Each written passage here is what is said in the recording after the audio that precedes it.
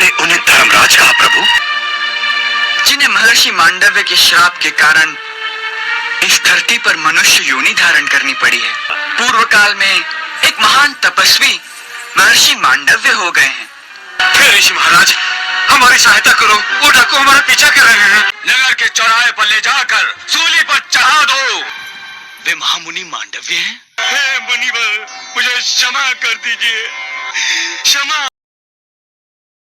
नमस्कार दोस्तों, पिछले वीडियो में हमने बात किया था कि एक दासी के गर्भ से महात्मा विदुर का जन्म हुआ। अब आगे की कहानी में जन्मेजय ने पूछा, यानी अभिमन्यु का पोता, जो कि इस पूरे महाभारत की कहानी को सुन रहे हैं, और वैशंपायन जी यानी वेद व्यास का शिष्य, जो कि इस पूरे महाभारत में घटने वाले घटना को विस्तार पूर्वक जन्मेजय को सुना रहे हैं। तो जन्मेजय ने पूछा, धर्मराज ने ऐसा कौन सा कर्म किया है जिससे उन्हें शाप प्राप्त हुआ कि महर्षि के शाप के कारण वे शूद्र योनि में उत्पन्न हुए। वैशंपायन जी ने कहा, राजन, पूर्व काल में मांडव्य नाम से एक विख्यात ब्राह्मण थे, जो धैर्यवान, सब धर्मों के ज्ञाता, सत्यनिष्ठ एवं तपस्वी थे। वे अपने आश्रम के द्वार पर एक वृक्ष के नीचे दोनों बाहें ऊपर को उठाए मौन व्रत धारण करके खड़े होकर बड़ी भारी तपस्या करते थे। मांडव्य जी बहुत बड़े योगी थे। उस कठोर तपस्या में लगे हुए महर्षि के बहुत दिन व्यतीत हो गए। एक दिन उनके आश्रम पर चोरी का माल लिए हुए बहुत लुटेरे आए। जन्मेजय उन चोरों का बहुत से सैनिक पीछा कर रहे थे। वह चोरी का माल महर्षि के आश्रम में रखकर भय के मारे प्रजा रक्षक सेना के आने से पहले ही वह कहीं छिप गए। उनके छिप जाने पर रक्षकों की सेना शीघ्रता पूर्वक वहां आ पहुंची।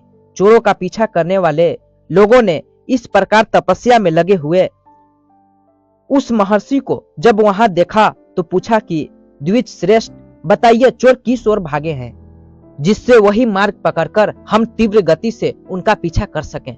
राजन, उन रक्षकों के इस प्रकार पूछने पर तपस्या में धनी उस महर्षि ने भला बुरा कुछ भी नहीं कहा। तब उन राजपुरुषों ने उस आश्रम में ही चोरों को खोजना आरंभ किया और वहीं छिपे हुए चोरों तथा चोरी के माल को भी देख लिया। फिर तो रक्षकों को भी मुनि के प्रति मन में संदेह उत्पन्न हो गया और वे उन्हें बांधकर राजा के पास ले गए। वहां पहुंचकर उन्होंने राजा से सब बातें बताई और उन चोरों को भी राजा के हवाले कर दिया।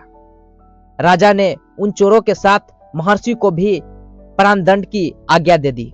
रक्षकों ने उस मुनि को नहीं पहचाना और उन्हें सूली पर चढ़ा दिया। इस प्रकार वे रक्षक मांडव्य मुनि को सूली पर चढ़ाकर वह सारा धन साथ ले राजा के पास लौट गए। धर्मात्मा महर्षि मांडव्य दीर्घ काल तक उस सूल पर अग्रम भाग पर बैठे रहे। वहां भोजन न मिलने पर भी उनकी मृत्यु नहीं हुई। वे प्राण धारण किए रहे और स्मरण मात्र करके ऋषियों को अपने पास बुलाने लगे।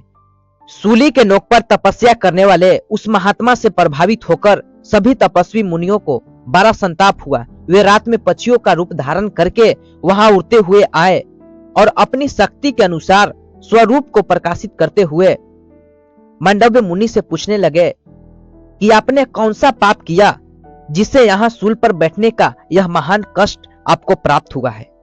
तब उस मुनि श्रेष्ठ ने उन तपस्वी मुनियों से कहा, मैं किस पर दोष लगाऊं? दूसरे किसी ने मेरा अपराध नहीं किया है। रक्षकों ने बहुत दिनों तक उन्हें सूल पर बैठे देख राजा के पास जाकर वह सब समाचार ज्यों का त्यों निवेदन किया। उनकी बात सुनकर मंत्रियों के साथ परामर्श करके राजा ने सूली पर बैठे हुए उन मुनि श्रेष्ठों को प्रसन्न करने का प्रयत्न किया। राजा ने कहा, मुनिवर, मैंने मोह अथवा अज्ञानवश जो अपराध किया है उसके लिए आप मुझ पर क्रोध न करें। मैं आपसे प्रसन्न होने के लिए प्रार्थना करता हूँ। वैशंपायन जी कहते हैं, जन्मेजय, राजा के यूं कहने पर मुनि उन पर प्रसन्न हो गए। राजा ने उन्हें प्रसन्न जानकर सूली से उन्हें उतार दिया। नीचे उतारकर सूल के अग्रम भाग के सहारे उनके शरीर से भीतर से सूल को निकालने के लिए खींचकर निकालने में असफल होने पर उन्होंने उस सूल को मूल भाग में काट दिया। तब से वे मुनि सूलाग्र भाग को अपने शरीर के भीतर लिए हुए ही विचरने लगे। उस अत्यंत घोर तपस्या के द्वारा महर्षि ने ऐसे पुण्य लोकों पर विजय पाई जो दूसरों के लिए दुर्लभ है।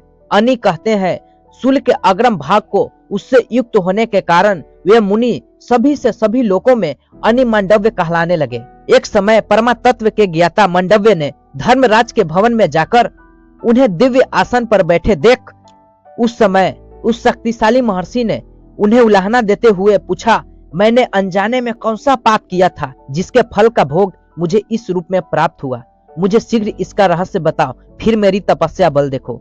धर्मराज बोले, तुमने फतिंगों के पूंछ में सीख घुसेर दी थी, उसी कर्म का यह फल है। मांडव्य ने कहा, धर्म शास्त्र के अनुसार जन्म से लेकर 12 साल की आयु तक बालक जो भी करेगा उसमें अधर्म नहीं होगा, क्योंकि उस समय तक बालक को धर्म शास्त्र के आदेश का ज्ञान नहीं हो सकेगा। धर्मराज, तुमने थोड़े से अपराध के लिए मुझे बहुत बड़ा दंड दिया है। ब्राह्मण का वध संपूर्ण प्राणियों में वध से भी अधिक भयंकर है। अतः तुम मनुष्य होकर शूद्र योनि में जन्म लोगे। आज से संसार में मैं धर्म के फल को प्रकट करने वाली मर्यादा स्थापित करता हूँ। 14 वर्ष की उम्र तक किसी को पाप नहीं लगेगा, उससे अधिक की आयु में पाप करने वालों को ही दोष लगेगा। वैशंपायन जी कहते हैं, राजन, इसी अपराध के कारण महात्मा मांडव्य के शाप से साक्षात धर्म ही विदुर के रूप में शूद्र योनि में उत्पन्न हुए। वे धर्म शास्त्र एवं अर्थशास्त्र के पंडित, लोभ और क्रोध से रहित, दीर्घदर्शी, शांति परायण तथा कौरवों के हित में तत्पर रहने वाले थे। धन्यवाद।